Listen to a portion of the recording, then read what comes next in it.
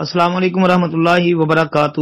محترم بھائی نے یہ جی ایک پوسٹ بھیجی ہے، 10 لاکھ نیکیاں کمائیں، بازار میں داخل ہونا تو یہ لا الہ الا اللہ کا ذکر کرنا۔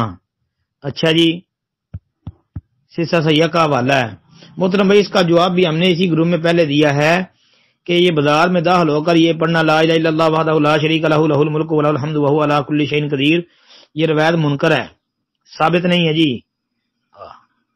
کیونکہ امام بخاری رحمۃ اللہ علیہ، امام ابو حاتم رحمۃ اللہ علیہ، ان کے نزدیک یہ روایت جو ہے یہ منکر ہے، اور اس کی کوئی ایک سند بھی صحیح نہیں ہے، ایک بھی سند صحیح ثابت نہیں ہے۔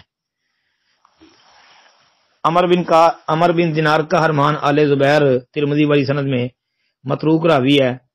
دوسری سند کے اندر جو ہے اظہر بن سنان وہ ضعیف الحدیث ہے۔ پھر اس کے علاوہ مستدرک حاکم وغیرہ کے اندر جو اس کے شواہد ہیں ان کے اندر بھی کلام ہے۔ تو امام ذہبی رحمۃ اللہ علیہ نے بھی ایک دو سند کے اوپر حاکم کی تصحیح اور تعاقب کیا ہے، وہ بھی ثابت نہیں ہے۔ عمل الیوم واللیلہ ابن سنی والی سند کے اندر بھی ایک ہے، اس میں نشل بن سعید متروک الحدیث منکر الحدیث ہے، تو بلکہ کذاب بھی ہے وہ، تو کوئی ایسی صحیح سند نہیں ہے اس کی۔ سب سے بڑی بات یہ ہے کہ محدثین نے اس کا انکار کیا ہے، امام ابو حاتم، امام بخاری اور کئی اہل علم ہیں، بلکہ حافظ ابن قیم رحمۃ اللہ علیہ نے بھی اس روایت کو تسلیم نہیں کیا۔ السلام علیکم ورحمۃ اللہ۔